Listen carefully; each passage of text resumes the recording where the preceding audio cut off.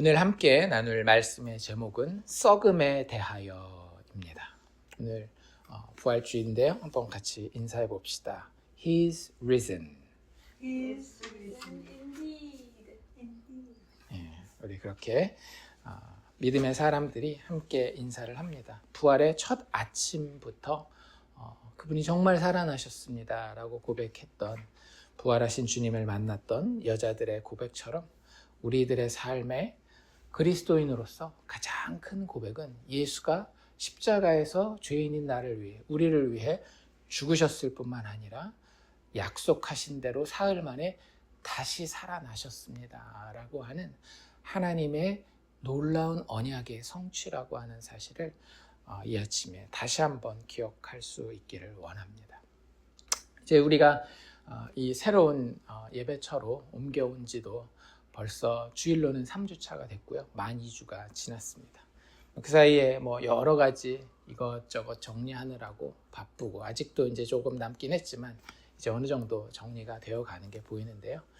그 사이에 이제 가장 힘들었던 것들 몇 가지를 꼽으라고 한다면 이렇게 기억나는 것들이 있을 거예요. 근데 그 중에 제 개인적으로는 1위를 뽑는다라고 한다면 이것은 단연 음식물 쓰레기였습니다. 그래서 뉴저지에 있을 때와는 좀 더 다르게 이 음식물 쓰레기를 따로 처리해서 내놓지 않으면 벌금도 내고, 한국은 이미 다 하고 있는 거지만 안 하던 것을 이제 하려다 보니까 좀 불편하기도 하고, 다른 쓰레기는 그나마 우리가 뒤에 이제 공간도 있고 하니까 조금씩 놔뒀다가 쓰레기통이 주문한 게 오면 내놓을 수도 있다, 이런 생각을 하고 있는데, 음식물 쓰레기는 그게 이제 도저히 안 되는 걸 우리가 알고 있잖아요. 여기서 며칠만 지나도 냄새가 많이 나고, 그리고 이제 예를 들어서 이제 우리가 그 금요일 날 밤에 내놓는다라고 한다면 토요일 날 오전에 이제 토요일 날 정도에 생기는 음식물 쓰레기 같은 경우는 꼬박 일주일을 지났다가 이제 토요일 날 아침에 새벽에 치워가기 때문에, 한 일주일 다 돼서 내놓은 쓰레기 같은 경우는 이게 새로운 데다가 옮겨 담으려고, 음식물 쓰레기통에다가 옮겨 담으려고 하면 냄새가 진짜 막 썩은 냄새가 진동해서 막 도저히 가까이 할 마음이 생기지 않는. 그래서 지난주에, 이번 주 말고 지난주에 한번 안 치워가서 한 2주 된 거는 그 근처에 가기도 싫더라고요. 그래서 쓰레기통도 저 밖에 제일 먼 데다가 놔두고 이걸 어떻게 해야 되지? 다음 주에도 안 치워가면 이거 어떡하나, 이런 생각을 할 정도로 참 가까이 하기 싫은 것이 썩는다라고 하는 과정이라는 생각을 다시 한번 해보게 됐어요. 근데 결국에는 우리가 알고 있지만 우리도 육신의 생명을 끝내면 그 썩음 가운데로 들어가게 됩니다. 우리가 그것을 전혀 가까이 하지 못할 것처럼 정말 지저분하고 더러워서 멀리 최대한 멀리 띄워놓고 싶어 하는 그 모습이 사실은 누구의 모습이냐 하면 나의 모습이고 나의 사랑하는 가족들의 모습이라고 하는 거예요. 신을 믿지 않는 사람들은 오히려 이것에 더 익숙해져야 되는 것 같아요. 왜냐하면 우리는 다 고기 덩어리니까. 그 고기 덩어리를 어떻게 힘이 없어서 다른 사람한테 먹혀서 음식물 쓰레기로 나아가면 저런 모습인 거고, 그냥 우리들끼리 우리 귀한 사람들이라고 인간들끼리 서로 막 칭찬해 주다가 죽어도 어차피 장례식장에 가면 아무리 분칠을 해주고 뭘 해도 우리는 결국 똑같은 썩음 가운데에 들어갈 수밖에 없는 존재라고 하는 사실을 우리는 기억합니다. 다시 말한다라고 한다면 한때 생명이었었던 모든 것들은 결국은 그 생명을 잃어버리고 시간이 지나면 결국에는 썩어서 냄새가 난다라고 하는 것이 만고불변의 진리라고 하는 거예요. 우리는 정말 생생하고 20대 때 세포가 계속 생겨나고 아름답고 활기차고 이런 모습만 생각하지만, 우리가 지금 생명을 가지고 있다라는 것은 다시 말씀드리는 것처럼 우리가 언젠가는 그 생명을 잃어버리고 썩어서 냄새가 나게 될 것이다 라고 하는 것의 반증이라고 하는 거죠. 음식물 쓰레기는 그걸 우리에게 너무나 잘 보여주고 있고요. 그런데 성경은 이 썩음에 대해서 다른 이야기를 하고 있습니다. 그게 바로 우리가 기념하는 부활의 절기이고, 특별히 오늘 우리가 보는 본문은 이 썩음에 대해 예외가 있을 것을 구약 성경에서부터 이야기하고 있다라고 하는 사실을 우리에게 보여주고 있어요. 그래서 우리가 쭉 읽었는데 이게 참 개역 한글에서 개역 개정으로 넘어가면서 더 잘된 번역들도 있는데 좀 여긴 왜 고쳤을까 하는 이런 부분이 있는데, 오늘 본 본문이 딱 그런 본문이거든요. 이건 안 고쳤었으면 훨씬 더 좋았었을 것 같은 본문인데, 우리가 7절부터 읽었잖아요. 그 중에 사실은 우리 눈에 좀 익숙하게 들어와야 되는 게 뭐냐면 10절 말씀이에요. 10절 말씀 어떻게 되어 있습니까? 이는 주께서 내 영혼을 스올에 버리지 아니하시며 주의 거룩한 자를 멸망시키지 않으실 것임이니이다. 이렇게 돼 있잖아요. 어디서 본 것 같은 느낌이 전혀 안 들어요. 그런데 이게 사실은 개역 한글에서는 어떻게 돼 있었는가 하면, 이는 내 영혼을 음부에 버리지 아니하시며 주의 거룩한 자로 썩지 않게 하실 것임이니이다. 이렇게 읽으면 우리에게 상당히 익숙합니다. 그렇죠? 특히 어느 부분이요? 주의 거룩한 자로 썩지 않게 하실 것임이니이다. 이게 왜 익숙하냐면요, 이걸 막 외워서가 아니라 성경 어딘가에 이 표현이 그대로 나와 있기 때문에 그래요. 한번 넘어가 볼까요? 어딘지 혹시 예측하실 수 있으시겠어요? 사도행전 2장에 베드로가 오순절 설교할 때 나오는 표현입니다. 사도행전 2장 25절로 32절인데요. 이게 거의 시편 16편의 그 뒷부분, 우리가 읽은 그 부분을 거의 그대로 이야기하고 있어요. 25절에 뭐라고 이야기하고 있는가 하면, 다윗이 그를 가리켜 이르되, 이렇게 시작하죠. 그렇죠? 다윗의 시편을 베드로가 지금 인용하고 있는 걸 보여주는 거예요.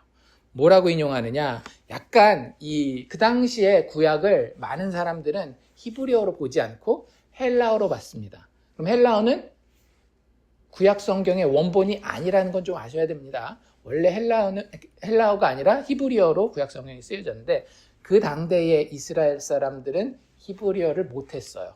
아람어를 주로 말했고, 그리고 좀 읽고 쓸 줄 아는 사람들은 그 당시에 공용어였던 헬라어, 그리스어로 읽고 쓰고 했기 때문에 그 당시에 성경도 70인경이라고 하는 헬라어 성경을 읽었습니다. 그래서 구약을 우리가 보는 것은, 구약은 우리가 히브리에서 직접 번역한 거거든요. 그래서 구약 성경과 약간 좀 다를 수 있지만 일반적으로 일맥상통하는 걸 볼 수 있는데, 그런 의역의 형식으로 지금 베드로가 인용하고 있다라고 보시면 좋을 것 같아요. 시편 16편을 어떻게 인용하는가 하면, 내가 항상 내 앞에 계신 주를 배웠으며 나로 요동하지 않게 하기 위하여 그가 내 우편에 계시도다.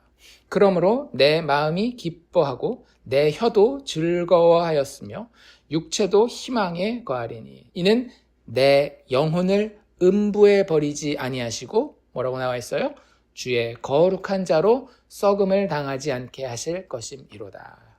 그러니까 이 개역 개정이 아까 그 부분을 잘못 번역했다라고 제가 이야기한 게, 이걸 여기서는 신약에서 인용할 때는 썩음을 당하지 않게 한다라고 하고, 저쪽에 가서는 뭐 멸망하지 않는다라고 이렇게 번역을 해놓으면, 사실은 이 신약과 구약을 읽는 독자 입장에서는 이게 연결됐다라는 것을 밀접하게 느끼기가 좀 힘들기 때문에 그런 말씀을 드린 건데, 어쨌든 뭐 옛날 성경에는 이 사도행전에 나와 있는 이 인용구와 똑같이 나와 있다라고 하는 거죠. 주의 거룩한 자로 썩지 않게 하실 것임이니이다. 이 표현을 그대로 지금 베드로가 인용을 하고 있습니다. 주의 거룩한 자로 썩음을 당하지 않게 하실 것임이로다. 그리고 그 뒤에까지 더 인용을 하죠.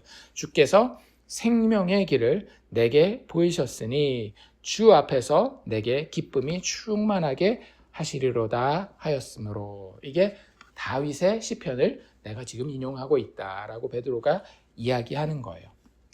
뭐 다 아시겠지만 시편 16편을 조금 꼼꼼하게 우리 방금 읽을 때, 아니면 미리라도 펴서 준비해서 보신 분 같은 경우는 이게 누가 쓴 시인지 분명히 알 수 있어요. 그리고 베드로도 분명하게 이야기하고 있죠. 그래서 다윗 왕이라고 하는 그 당대의 시인이죠. 하나님과 정말로 가까웠고 하나님의 마음에 아파였다라고 하는 그 사람이 시를 쓴 거예요. 여러분들이 시를 쓰면 보통 어떤 것들을 많이 씁니까?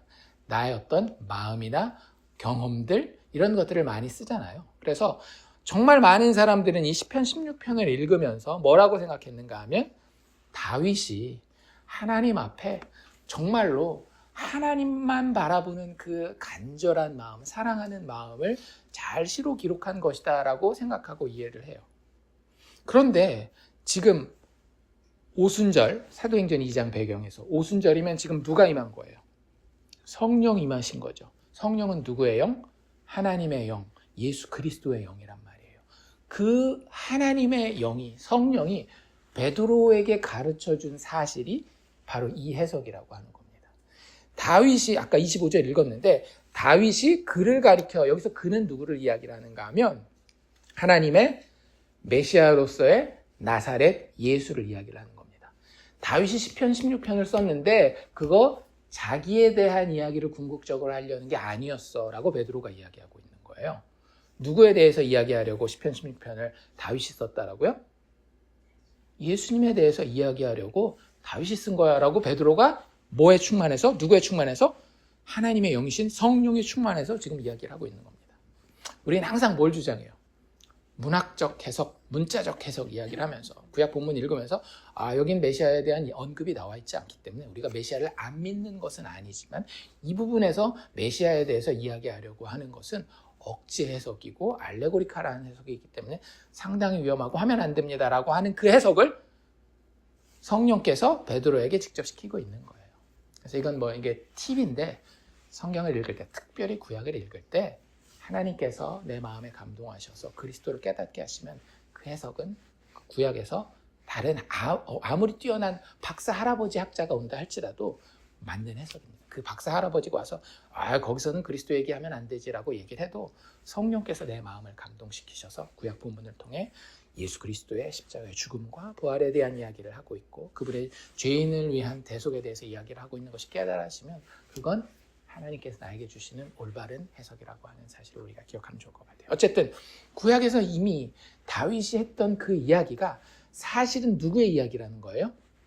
예수님에 대한 이야기일 뿐만 아니라 특별히 예수님의 생애 중에서 무엇에 대한 이야기를 담고 있는 것인가 하면 부활에 대한 이야기를 담고 있다라고 하는 거예요. 어떤 부분을 통해서 주의 거룩한 자, 이 주의 거룩한 자가 누구예요?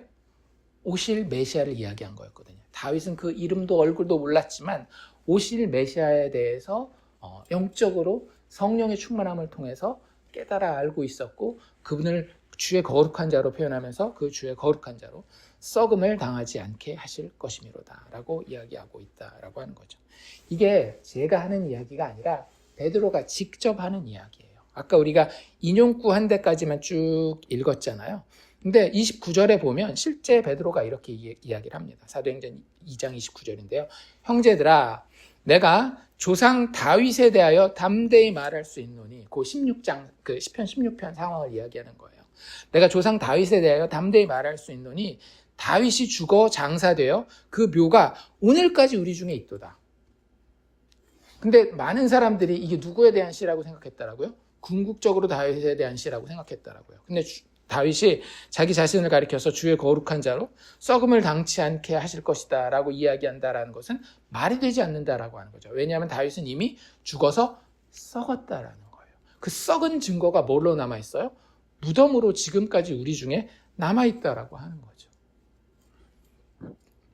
그의 묘가 오늘까지 우리 중에 있도다. 그런데 16편이 그렇게 기록된 이유는 하나님께서 뭔가 착각하셔서 다윗을 살려놨어야 되는데 그 죽도록 허락해놔서 이렇게 오류로서 우리에게 전달됐다가 아니라 그는 선지자라. 사실 자기에게 한 게 아니라 선지자로서 예언했다라는 거예요. 누구에 대해서? 하나님의 보내실 메시아에 대해서 예언했다라는 거죠. 그는 선지자라. 하나님이 이미 맹세하사 그 자손 중에서 한 사람을 그 위에 앉게 하리라 하심을 알고, 우리 기억나죠? 그 사무엘하 7장에 나와 있는 다윗 언약 있지 않습니까? 하나님을 향해서 다윗이 정말로 하나님을 사랑하는 마음으로 제가 주님의 집을 짓겠습니다 라고 얘기했을 때 하나님이 무슨 말이냐, 오히려 내가 너를 위해서 너의 집을 짓겠노라, 너의 그 후손에게서 왕위가 떠나지 아니할 것이다라고 했었던 그 말씀을 듣고 믿음으로 성령의 충만함 가운데에 오실 씨에 대해서, 오실 자손에 대해서 다윗은 알고 기대하고 있었다라는 거예요. 그리고 그것을 믿음 가운데, 성령 가운데 31절 미리 본고로 미리 봤다라고 하는 거예요. 다윗이 자기의 어떤 그 종말론적인 부활에 대해서 믿었을 수도 있겠죠. 그래서 주의 거룩한 자로 결국에는 궁극적으로는 썩음을 당치 않게 하실 것입니다 라는 자기 스스로에 대한 고백을 인간적으로는 포함했었을런지 모르겠지만 하나님께서 성령을 부어서 선지자로 사용하셔서 궁극적으로 시편 16편을 기록한 목적은 다윗을 드러내기 위함이 아니라 오실 다윗의 자손, 메시아, 약속한 그 씨앗에 대해서 이야기하기 위해서 이 말씀이 기록된다라고 하는 거죠. 그래서 31절에 그것을 미리 본고로 그리스도의 부활에 대하여 말하되 그가 음부 지옥, 죽음 가운데 버림이 되지 아니하고 그의 육신이 썩음을 당하지 아니하리라 하더니, 기억나세요? 우리 나사로 이야기할 때 예수님이 나흘째 되는 날에 오셨다라고 얘기를 했잖아요. 왜 그렇다라고 말씀드렸는지 그 기억이 나실런지 모르겠는데, 그 당대 사람들의 믿음이 뭐예요? 사흘이 지나서 나흘이 되면 육체가 부패하기 시작하고, 그리고 그 부패함 때문에 영혼이 더 이상 그 근처에 머무르지 못하고 떠나간다라고 하는 생각을 하고 있었거든요. 그러니까 사흘 안에 부활했다라고 하는 것은, 사실은 우리가 사흘이라고 하지만 날짜 계산해 보면 어떻게 되는 거예요? 금요일 날 오후 늦은 시간에 한 3시 정도에 예수님 돌아가시고, 토요일 날 만 하루 지나지만 일요일 날 바로 시작하자마자 새벽에 일어나시잖아요. 시간으로 따진다라고 한다면 오히려 48시간이 채 되지 않습니다. 그러니까 썩어요, 안 썩어요? 썩을 기회가 없는 거예요. 그러니까 나사로의 사흘과는 좀 차이가 납니다. 나사로의 사흘 지난 나흘 넘어가는 데서는 이미 썩은 냄새가 납니다라는 이야기를 하잖아요. 근데 예수님은 그렇지 않았다라고 하는 거예요. 시체로서 무덤에 들어가시긴 했지만 그의 육신이 썩음을 당하지 않을 그 시간, 아침 시간, 가장 신선한 시간까지 예수님이 무덤 가운데 있었던 것을 우리가 보게 된다라고 하는 거죠. 그리고 32절 뭐라고 이야기를 하는가 하면, 이 모든 다윗의 예언을 다시 한번 베드로가 요약하면서 이 예수를 하나님이 살리신지라 우리가 다 이 일의 증인이로다라고 이야기를 하고 있다라고 하는 겁니다. 베드로는 성령의 충만함 가운데에 이 시편 16편을 읽으면서 묵상하면서 그리고 그것에 대해서 선포하면서 뭐라고 이야기하고 있는 것인가 하면, 하나님께서 다윗을 통해 육체를 입은 자 중에서, 그의 이름도 몰랐고 그의 얼굴도 몰랐지만 육체를 입은 자 중에서 죄와 죽음의 저주를 극복하게 될 그런 어떤 존재에 대해서, 그런 사람에 대해서 예언하게 하셨다라고 하는 거죠. 그리고 그 예언이 예수 그리스도를 통해서 분명하게 성취되었다라고 이야기를 합니다. 그리고 그 부활에 대해서 선포하는 이유를 뭐라고 이야기하고 있는가 하면, 우리가 읽진 않았지만 사도행전 22장에 보면 21절에 뭐라고 나와 있는가 하면, 바로 이런 예수의 부활이 있기 때문에 누구든지 이러한 주의 이름을 부르는 자는 구원을 받으리라고 하는 거예요. 예수님의 부활은 두 가지 굉장히 중요한 축의 기둥을 가지고 있습니다. 그 의미를 생각했을 때 첫 번째는 뭐예요? 하나님의 영광이라고 하는 거죠. 하나님이 약속하신 대로 어떤 자연 법칙이라도 뛰어넘어서 반드시 성취하고 만다라고 하는 거죠. 그게 심지어는 죽음이라 할지라도, 죽음 이후에 육체가 경험해야 할 썩음이라 할지라도 하나님께서는 약속하셨다라고 한다면 그분이 말씀하셨기 때문에 반드시 그대로 성취해내고야 만다라고 하는 것이 한 가지 축이라고 한다면, 그것을 통해서 죄인에게 하나님이 주시는 선물이 있다라고 하는 거예요. 뭐예요?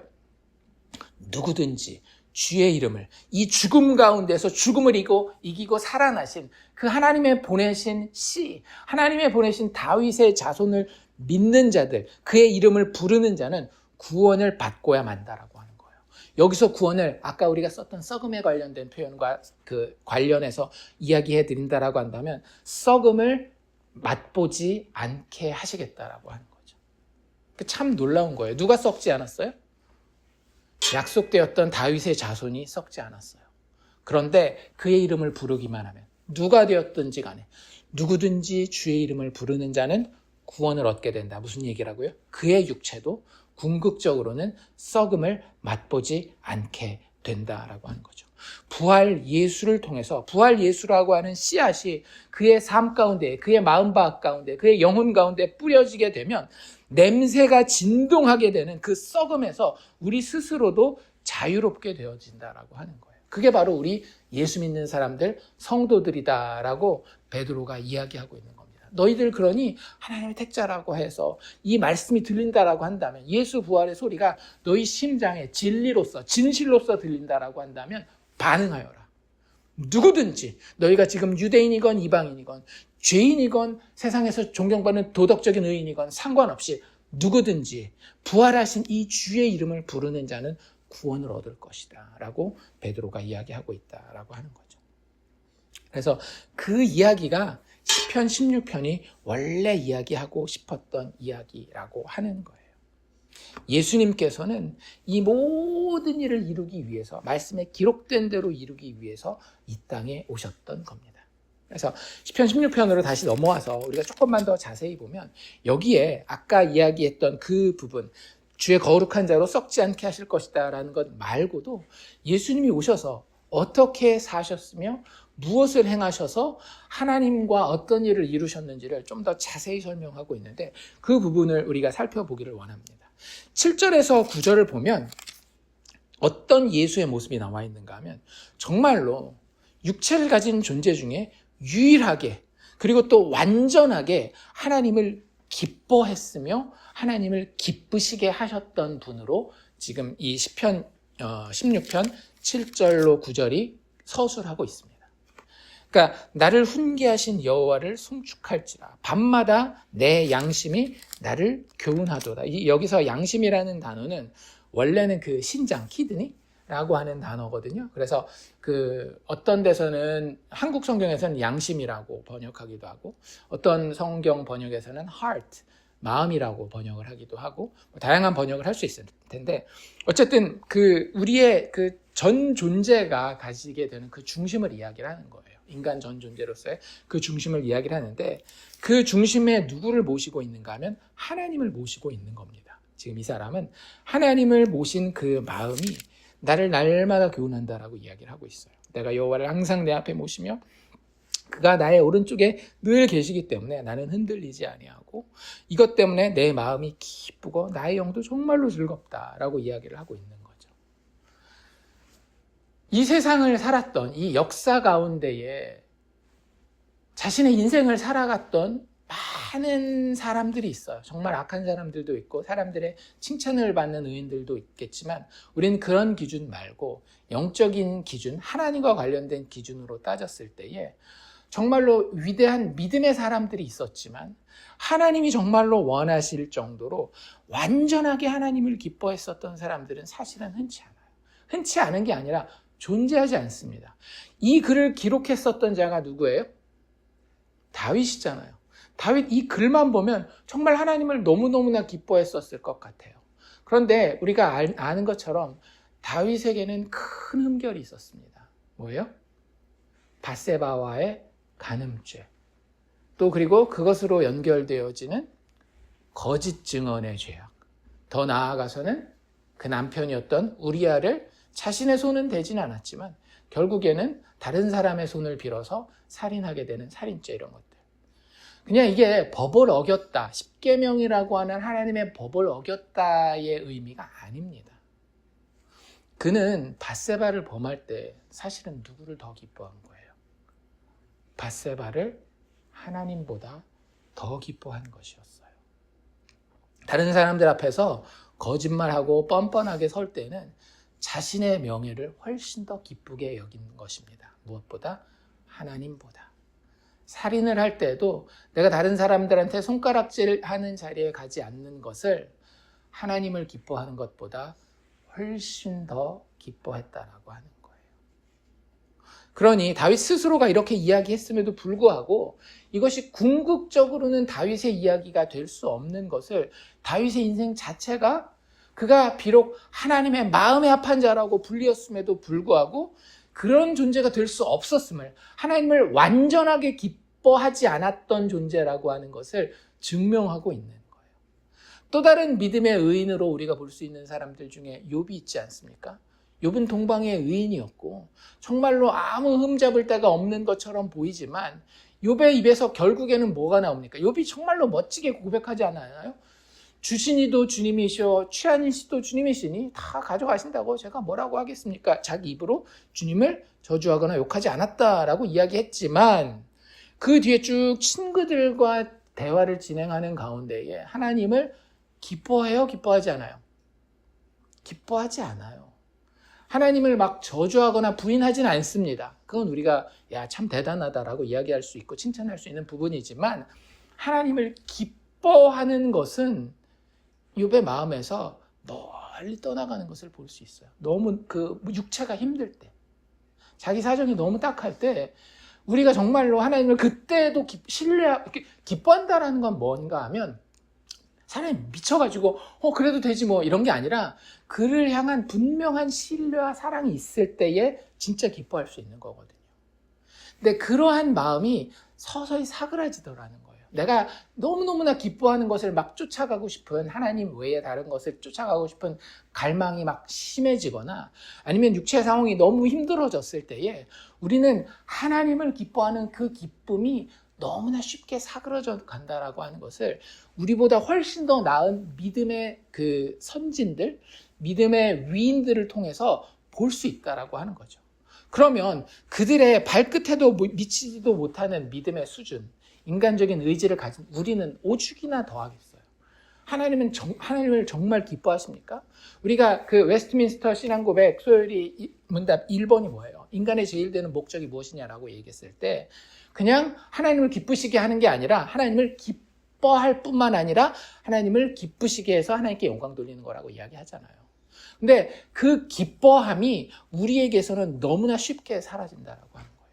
근데 그 하나님을 기뻐하는 기쁘심이 사라진다라는 건 무엇을 이야기하는가 하면 하나님과의 단절을 이야기를 하는 거예요.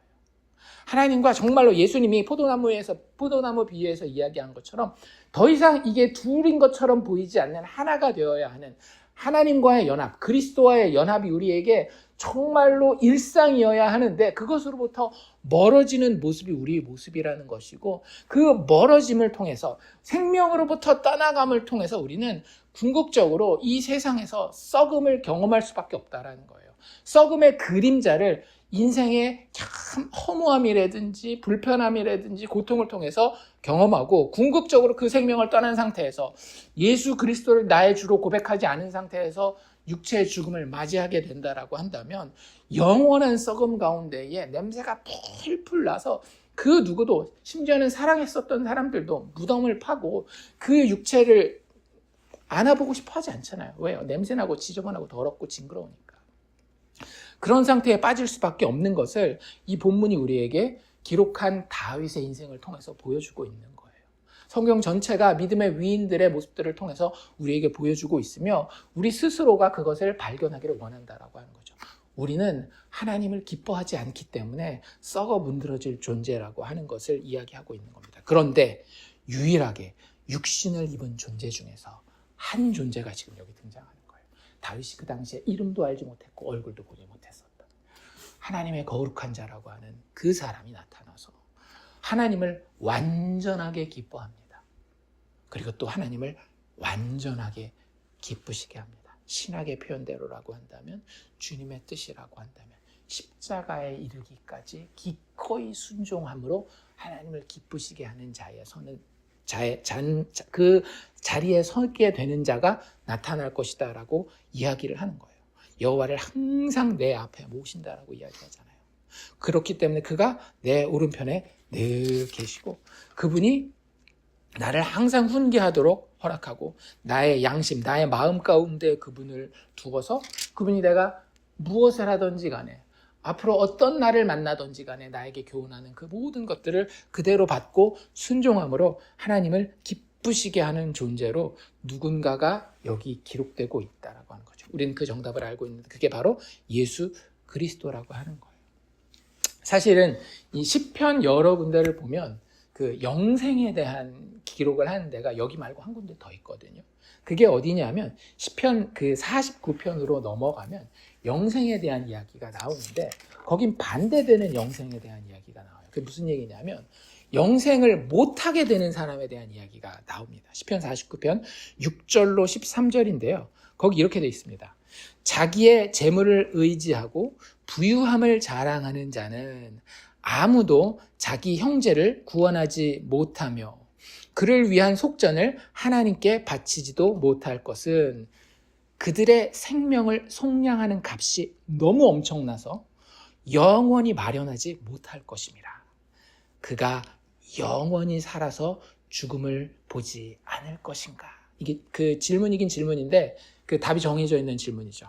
그가 영원히 살아서 죽음을 보지 않을 것인가? 현대사회가 던지는 질문 아닙니까? 우리가 10년 후에, 50년 후에, 100년 후에 과학이 이런 속도로 발전한다라고 한다면 이 인간은, 그는 영원히 살아서 죽음을 보지 않을 것인가? 라는 질문을 하잖아요. 그리고 이제는 서서히 어떤 사람들은 긍정적인 답을 하기 시작했어요. 그런데 성경의 답은 아주 분명합니다. 자기 재물을 의지하고 부유함을 자랑하는 자, 그들 생명을 영원히 얻기를 원하지만 생명의 값은 어떠대요? 생명을 속량하는 값은 너무 엄청나서 영원히 마련하지 못한다라고 하는 거예요. 그리고서 그가 영원히 살아서 죽음을 보지 못할 것인가? 죽음을 보지 않을 것인가? 라고 질문하지만 그 질문의 답은 100% 뭐라는 거예요? 그럴 수 없다라고 하는 거예요. 그럴 수 없다라고 하는 거예요. 영원이라고 하는 것은, 썩지 않는다라고 하는 것은, 부활 생명이라고 하는 것은 사실은 육체를 가지고 이 땅에서 자기 재물을 의지하고 부유함을 자랑하는 우리들에게는 불가능한 것임을 여기 성경이 분명히 이야기하고 있는 것입니다. 좀 더 읽으면 시편 49편 그 10절부터 더 읽으면 그러나 그는 지혜 있는 자도 죽고 어리석고 무지한 자도 함께 망하며 그들의 재물은 남에게 남겨두고 떠나는 것을 보게 되리로다. 어떤 운명인지 아시겠죠? 다 결국에는 썩는 곳으로 가는구나, 죽는 곳으로 가는구나, 그거 보게 된다는 거예요. 그러나 그들의 속 생각에 그들의 집은 영원히 있고, 근데 누구만 예외라고 늘 생각하는 거예요. 나만 예외라고 항상 생각하는 거예요. 이 사람만 그럴까요? 아니에요. 이거 다 누구 얘기예요? 우리 얘기예요. 다른 사람은 그렇지만 나는 안 그럴 거야 라는 생각 우리가 가지잖아요. 그들의 속 생각에 그들의 집은 영원히 있고 그들의 거처는 대대에 이르리라 하여 그들의 토지를 자기 이름으로 부르도다. 참 허물었지 않습니까? 그 길마다 이름 누구 이름으로 붙여요. 위대한 사람. 그리고 벤치도 우리 아버지, 우리 뭐 존경하는 친구 이름으로 다 붙이잖아요. 무슨 생각하고 자기의 그 집은 영원히 있고 그들의 거처는 영원히 이르리라는 생각을 가지고 자기 땅에, 자기 벤치에 자기 이름을 붙여서 부르는 거예요.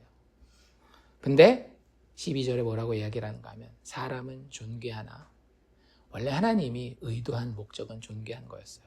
그러나 장구하지 못하며 무엇 가운데에? 죄로 인하여서 그 결과 사망 가운데 썩어지는 그 운명을 가짐으로 인하여서 결국에는 장구하지 못하며 멸망하는 짐승 같도다. 진화론이 그 부분은 맞는 거예요. 하나님이 없이 우리가 그냥 간다라고 한다면 우리는 무엇과 똑같은 거예요? 짐승과 똑같아요. 그런데 그 앞에 한마디 꾸며줘야 되는 말이 있죠. 하나님의 형상을 닮은 인간이 짐승과 똑같이 살다가 짐승과 똑같이 가서 그저 썩어 문드러지는 냄새나는 존재로 끝날 것이라고 한다면 그 앞에 그냥 단순한 짐승이 아니라 어떤 짐승이라고요? 멸망하는 짐승 같다라고 성경은 분명히 우리에게 이야기해주고 있습니다. 그러면서 13절에 이렇게 이야기하면서 마무리하는데요. 이것이 바로 어리석은 자들의 길이며 그들의 말을 기뻐하는 자들의 종말이로다 라고 이야기를 한다라고 하는 거예요. 사실 이게 우리 자리예요. 모든 육체를 가진 자의 자리가 여기입니다. 그런데 시편 16편이 참 독특한 예외를 이야기하고 있는 거라니까요. 어떤 육체를 가진 한 존재가 있는데 이 존재는 유일하게 그리고 완전하게 하나님을 기뻐할 뿐만 아니라 하나님을 기쁘시게 한다라고 하는 거죠.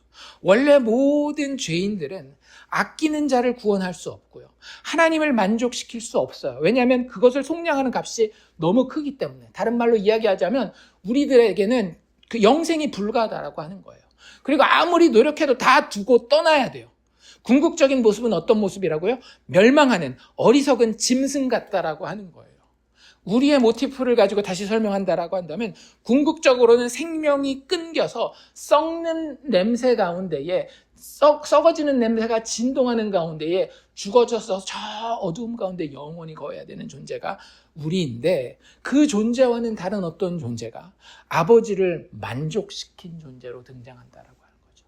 그게 누구라는 거예요? 베드로의 설교를 보면 예수라고 하는 거예요. 그리고 그가 정말로 완전하게 하나님을 기뻐했고 완전하게 하나님을 기쁘시게 했구나라고 하는 증거가 어디 드러나요? 여기 나와 있잖아요. 내 육체도 안전하게 살 것이다 라고 하면서 정말로 그가 하나님을 완전히 기뻐했고 그가 하나님을 완전히 기쁘시게 했다라는 사실이 어떻게 증거로 드러나는가 하면 그의 마음에 즐거움, 기쁨과 그의 육체의 완전함을 체험함으로써 안전함을 체험함으로써 아버지가 진짜 만족하셨구나라고 하는 증거가 드러난다라는 거예요. 9절 다시 읽으면 나의 마음이 기쁘고 나의 영도 즐거워하며 나의 육체도 안전하게 살고 있구나라는 이 고백을 할 수 있는 상태 가운데 있다라고 하는 것은 아버지가 그의 기쁨을 그리고 그를 통해서 얻게 된 기쁨을 인정했다라고 하는 거예요. 내가 너의 마음도 너의 육체도 지키마. 너는 나의 참 기뻐하는 나의 사랑하는 아들이로다 라고 아버지께서 그의 삶의 모든 경험들을 그렇게 체험하도록 마음의 기쁨과 육체의 안전을 선물로 주시는 모습이 여기 9절에 등장하고 있는 겁니다. 여기서 이야기하는 육체의 안전함은 단순하게 아무 사고도 나지 않는 것을 이야기하는 건 아니에요. 우리가 그걸 뭘 보면 알 수 있는가 하면 10절에 넘어와 보면 주께서 내 영혼을 스올에 버리지 않는다라는 표현을 하고 있잖아요. 이 스올이 여러 가지 설명이 좀 더 필요하긴 하지만 그냥 간단하게 이야기하면 지옥이에요. 근데 지옥 같은 경험을 하는 중에도 그 영혼을 궁극적으로는 버리지 않으신다라고 이야기를 하잖아요. 그 뒤에도 멸망시키지 않는다라는 decay, 썩는다라는 표현을 하면서 그것과 굉장히 비슷한 경험에 감에도 불구하고 궁극적으로 그렇게 되지 않는다라고 하는 이야기를 하면서 우리가 여기서 기억해야 되는 것은 무엇인가 하면 이 시편 기자 다윗이 이야기하고 있는 육신의 안전함은 단순하게 아무 사고를 당하지 않는 그런 안전함을 이야기하는 것이 아니라 지금 당장은 위기가 있어 보이지만 궁극적으로 안전한 상태 가운데 오는 그런 안전함을 이야기한다라고 하는 사실을 우리가 눈치챌 수 있는 거예요. 그러니까 무슨 얘기냐면 이걸 예수님에게 적용한다라고 한다면 예수님이 아무 고통도 없이 십자가에 올라가서 죽으시고 그 다음에 무덤에 묻히셔서 사흘 동안 그 죽음을 경험하셔야 되는 그런 경험 없이 그냥 사역 잘하다가 점점 세를 얻어서 영원한 생명을 가진 것을 증명하시고 하늘 아버지께로 올라가시는 이런 것들을 기록하고 있지 않다라고 하는 거죠. 이미 시편 16편에서 그가 궁극적으로는 썩지 않는 육체의 안전함을 경험하겠지만 그 과정에서 무엇이 있음을 암시하고 있는가 하면 굉장히 큰 어쩌면 지옥처럼 완전히 다 썩어지는 것 같은 그런 경험을 겪을 수도 있는 것을 아주 진하게 암시하고 있는 거예요. 그런데 우리 알고 있는 것처럼 그런 경험을 예수님이 해야 하네요.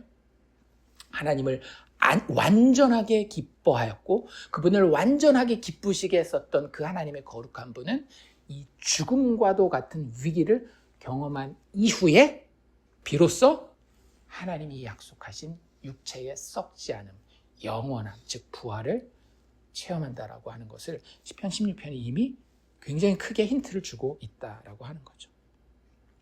하나님이 이 예수를 기뻐하신 이유는 단 하나예요. 죄가 없이 아버지를 가장 기쁘게. 사실 죄의 핵심이 뭡니까? 아까도 제가 말씀드렸잖아요. 하나님을 기뻐하지 않는 게 죄의 근원이거든요. 그게 간음죄가 되었건 살인죄가 되었건 도적질이 되었건 거짓 증언이 되었건 탐심을 가지는 것이 되었건 하나님을 기뻐하지 않는 것이 죄인데 그 죄에 대해서는 하나님이 그냥 눈 감고 넘어갈 수가 없어요. 반드시 심판하셔야 되는데 그 심판이 뭐냐면 하나님 떠나가시는 거예요. 하나님의 영광이 우리를 에스겔서에 보는 것처럼 떠나가는 겁니다. 그럼 자연스럽게 하나님이 뭐 우리를 뭐 막 창을 던지고 막 이러지 않아도 생명이 떠나가면 어떻게 된다라고요? 생명을 원래 가졌었던 것들은 썩어져 갈 수밖에 없다라고요. 그게 죽음이거든요. 그런데 예수님은 그것을 완전히 만족시키신 죄가 없으신 분이었기 때문에, 완전히 하나님과 하나 되신 분이었기 때문에 그분은 죽음을 경험할 수가 없었던 거예요. 왜? 생명이신 그분과 완전히 하나가 되었기 때문에. 로마서 6장 23절에 그래서 뭐라고 나옵니까? 죄의 삭은 사망이요, 하나님의 은사는 그리스도 예수 우리 주 안에 있는 영생이니라. 죄의 삭이 사망이라고 한다면 죄가 없으신 예수는 사망과 썩음과 어두움과 멸망과 관계에 있을 수가 있어요, 없어요? 도저히 그럴 수가 없으셨던 거예요. 히브리서 4장 15절에도 뭐라고 이야기합니까? 우리에게 있는 대제사장은 우리의 연약함을 동정하지 못하시리가 아니요, 모든 일에 우리와 똑같이 시험을 받으신 이로되 죄는 없으시니라. 왜 성경이 계속 죄에 대해서, 죄가 있으면 하나님 앞에서 사망이고 죄가 없는 자는 그 사망과 상관없는 자라고 이야기하면서 예수님을 죄가 없는 분으로 소개하겠어요. 예수님이 사망과 상관없는 분이라는 것을 이야기하기 위해서 성경이 계속 그렇게 이야기를 하는 거예요.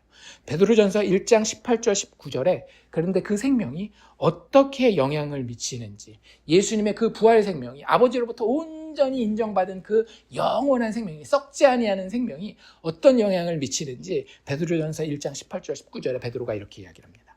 너희가 알거니와 너희 조상이 물려준 헛된 행실, 이거 죄인의 속성을 이야기하는 거예요. 하나님을 기뻐하지 아니하고 나 스스로 영광을 돌리고 나 스스로 교만하고 이런 것들 이야기를 하는 건데, 너희 조상이 물려준 그 헛된 행실에서 대속함을 받은 것은, 너희들이 극복했다? 아니라고요. 대속, 누군가가 대신 그 너희들이 감당해야 되는 뭔가 값을 치렀다라는 거예요. 너희가 대속함을 받은 것은 그 값을 어떻게 치렀냐? 은이나 금같이 없어질 것으로 된 것이 아니요, 무엇으로 됐대요? 오직 흠없고 점없는 어린 양 같은 그리스도의 보배로운 피로 된 것이니라. 이렇게 이야기를 하고 있다라고 하는 거예요. 다시 한번 정리를 하면, 하나님을 온전히 기쁘시게 한, 하나님을 완전히 즐거워한 하나님의 거룩한 자가 이 땅에 뭘로 오신 거예요? 죄 없는 대속제물로 오셔서 우리를 위해서 죽으셨을 뿐만 아니라 그 죽음이 죄 없는 죽음이었기 때문에 썩음을 맛볼 수가 없어서 다시 생명 가운데로 나올 수밖에 없는, 부활할 수밖에 없는 상황을 성경은 계속 이야기하고 있다라고 하는 거죠. 그리고 너무나도 분명하게 우리가 본 것처럼 뭐라고 10절에서 이야기한다라고요? 주께서 내 영혼을 수월에 버리지 아니하시며 주의 거룩한 자로 하여금 썩지 않게 하실 것임이니이다 라고 자신의 부활에 대해서 다윗에게 예수님께서는 성령을 통하여 분명하게 말씀해 놓고 계시다라고 하는 거죠. 그래서 그 스스로를 뭐라고 부르고 있는가 하면 주의 거룩한 자다라고 부르고 있어요. 거룩이 무슨 뜻이에요? 완전히 구별되었다라는 거예요. 구별되었다라는 건 다르다라고 하는 거예요. 뭐가 달라요? 우리와 똑같은 육체를 입고 있었음에도 불구하고, 우리와 똑같은 인간적인 자아를 가지고 있었음에도 불구하고 아버지를 온전히 기뻐하며 그 아버지를 온전히 순종하여서 끝까지 기쁘시게 한 죄가 없는 분이라고 하는 그런 의미에서 주의 거룩한 자, 하나님의 구별된 자라고 이야기하고 있는 겁니다. 그리고 아까도 이야기한 것처럼 그런 사람들을 다 자기에게로 부르는 거예요. 왜냐하면 이 주의 거룩한 자가 하는 일이 있거든요. 우리가 읽진 않았지만 앞부분에 보면 16편 3절에 보면 이 주의 거룩한 자가 자기의 마음에 대해서 이야기하는 부분이 있어요. 내 마음이 이렇다라고 이야기를 하는데, 그 중에 하나가 뭐냐면 땅에 있는 성도들은 존귀한 자들이니 나의 모든 즐거움이 그들에게 있도다. 이거 지금 누가 하는 말이라고요? 1차적으로는 다윗이 하는 말이지만 궁극적으로는 선지자인 다윗이 누가 할 말을 여기 기록해 놓은 거예요? 예수님, 하나님의 주의 거룩한 자가 할 말을 여기 기록해 놓은 거예요. 예수님 뭐라고 이야기하고 있다라고요? 땅에 있는 성도들에 대한 이야기를 하는 거예요. 내가 하나님 앞에 유일한 하나님을 기쁘시게 하는 자며 하나님을 완전하게 기뻐하는 자이다 라고 이야기하면서 동시에 땅에 있는 성도들이 너무나 존귀한 자들이다. 나는 그들을 향해서 너무나도 큰 즐거움을 가지고 있다. 그 무슨 얘기예요? 나 얘네들 너무 좋아한다 이런 얘기 아닙니까? 나의 모든 즐거움이 그들에게 있도다. 걔네 사랑한다라는 거예요. 우리 요한복음 13장에서 봤던 것처럼 내가 그들을 끝까지 사랑한다라는 거예요. 우리에게 필요한 건 단 하나입니다. 뭐예요? 누구든지 주의 이름을 부르는 자는. 주의 이름을 부르는 거 하나밖에 없어요. 그렇게 되면 어떤 놀라운 일이 벌어지는가 하면 썩지 않는 그 씨앗이 내 안에 들어와서 심기게 됩니다. 예수님이 하셨던 비유 중에 씨앗 비유 있는 거 아시죠? 우리는 밭의 비유라고 생각하지만 사실은 밭보다 더 중요한 건 뭐냐면 씨앗이에요. 씨가 그 안에 들어옵니다. 그리고 그 하나님의 택한 자들, 여기 이야기한 주의 성도들, 땅에 있는 주의 성도들에게 이 씨앗이 떨어지면 이 씨앗은 다른 음식물 쓰레기와는 달라요. 음식물 쓰레기는 그 생명에서 떨어져 나갔지만 씨앗은 어때요? 나무에서 떨어져 나왔지만 씨앗 자체가 뭘 가지고 있어요? 생명을 가지고 있습니다. 그런데 그 씨앗이 난 생명 가지고 있으니까 나만 잘 될 거야 이렇게 하지 않고 어디에 떨어져요? 땅에 떨어진단 말이에요. 그리고 그 땅과 함께 영광스럽고 아름다운 모습으로 자라갑니다. 그래서 그 과수원 자체가, 그 밭 자체가 하나님이, 주인이, 농부가 받으시기에 아름다운 모습으로 진짜 살아있고 가치 있는 존재로 드러나게 되는 거예요. 그게 예수님이 씨앗으로 썩지 않는 존재로서 이 땅에 오셔서 죄인들 안에서 그 중에 특별히 예수 그리스도의 이름을 불러 믿음으로 그와 연합되기 원하는 자들에게 행하시는 일이라고 하는 거예요. 그가 증명한 부활의 생명은 단지 자신의 것만이 아니라 예수님의 것만이 아니라 누구의 것이 된다라고요? 그 씨앗이 그 영혼 가운데 떨어져서 그를 풍성하게 받아 그와 연합한 자들. 예수님이 나의 안에 거하라고 이야기했을 때 그 말씀에 순종하여서 그 안에 거하는 자들에게 똑같이 일어나는 일이라고 하는 거예요. 뭐가? 예수의 부활의 능력이, 예수의 부활의 생명이. 이 부활절은 그 예수의 부활을 기념하는 겁니다. 나는 이제 썩지 아니하는 존재야. 단 예수님의 썩지 않으면 또 어떤 것들을 겪었다라고요? 위기와 죽을 것 같은 경험을 겪었다라고 이야기를 했잖아요. 성도들도 그렇기 때문에 위기와 죽을 것 같은 경험들을 겪습니다. 그런데 중요한 건 뭐예요? 그것은 잠시 지나가는 일이라고 하는 거예요. 궁극적으로는 어떤 일이 일어난다라고요? 하나님께서 주의 거룩한 자를 멸망시키지 않으신다라고 하는 거예요. 이걸 예수님이 무덤을 이기고 부활하시면서 체험하셨고 증명하셨고 그리고 성령을 통하여 우리에게 선물로 주셨다라고 하는 겁니다. 그래서 우리의 삶에는 뭐가 있는 거예요? 충만한 기쁨, 영원한 기쁨이 있는 거예요. 11절 뭐라고 이야기하고 있어요? 주께서 생명의 길을 내게 보이시리니. 이건 그냥 보통 생명의 길이 아닙니다. 어떤 생명의 길이에요? 부활 생명의 길이에요. 정말로 멸망하지 아니하는, 그 육체가 썩음을 보지 아니하는 그런 생명이에요. 그 생명의 길을 내게 보이시리니 그 결과 우리 믿음의 사람들, 예수를 구원자로, 나의 주인으로, 나의 사랑하는 신랑으로 고백하는 모든 자들이 주의 앞에는 충만한 기쁨이 있고 주의 오른편에는 영원한 즐거움이 있습니다 라고 하는 그 신앙의 고백을 할 수 있게 된다라고 하는 거죠. 1차적으로 예수의 것이어야만 하는 이 충만한 기쁨과 영원한 즐거움이 궁극적으로는 하나님의 기쁘신 뜻을 따라 예수 믿게 된 우리의 것이 된다라고 하는. 그래서 더 이상 우리는 죽음이 아닌 생명으로, 악취가 아닌 향기로, 절망이 아닌 소망으로 우리의 육체의 현재의 삶을 살아가며 영원한 부활 생명을 바라보게 된다라고 하는 거예요. 우리가 그 사실을 늘 기억할 수 있기를 원합니다.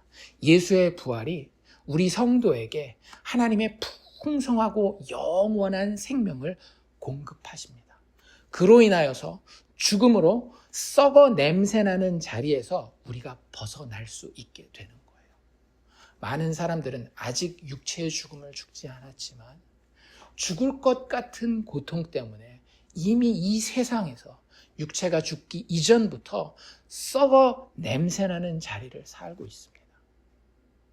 우리 믿음의 사람은 그래서는 안 돼요. 우리는 썩지 아니할 몸을 이미 받은, 약속받은 자들입니다.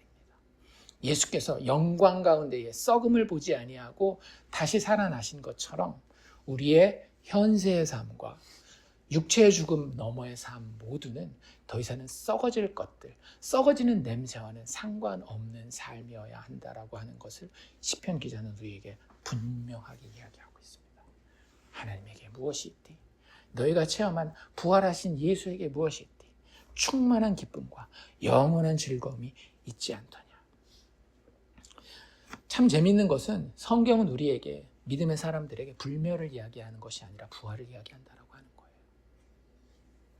불멸과 부활의 차이가 무엇입니까? 불멸은 그냥 아무 위기 없이 잘 가는 거예요. 그런데 부활은 뭐예요? 죽음을 체험하는 거예요. 하지만 그 죽음이 우리에게 영원한 궁극적인 것이 아니라고 하는 것이죠. 예수의 부활은 그런 의미에서 우리가 오늘날을 정말로 영원한 생명에 대한 소망을 가지고 현재 살아갈 수 있게 하는 데에 너무나도 놀라운 방향타를 제시해 준다라고 하는 겁니다. 그렇기 때문에 이 부활의 아침을 맞이해 우리가 다시 한번 예수의 그 썩지 아니함이, 나의 썩지 아니함이 이미 되었구나라는 그런 믿음의 다짐을 다시 한번 해볼 수 있기를 원합니다. 사도 바울은 고린도전서 15장 17절에서 이렇게 얘기를 합니다.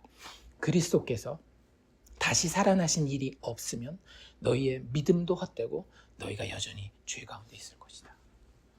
그리스도인들에게 가장 큰 소망과 가장 큰 능력은 무엇인가 하면 예수 그리스도의 부활입니다. 부활의 예수라고 하는 생명의 씨앗이 우리에게 뿌려졌어요. 그리고 우리는 정말로 은혜 가운데에 놀라움으로 그 씨가 자라서 내 안에 생명이 충만하게 되는 것을 보는 것입니다. 그로 인하여서 우리는 죄의 썩음 가운데에서 구원받은 자들입니다. 우리는 그렇게 세상으로부터, 믿지 않는 자들로부터 구별된 자가 된 것이에요. 말씀을 마칩시다.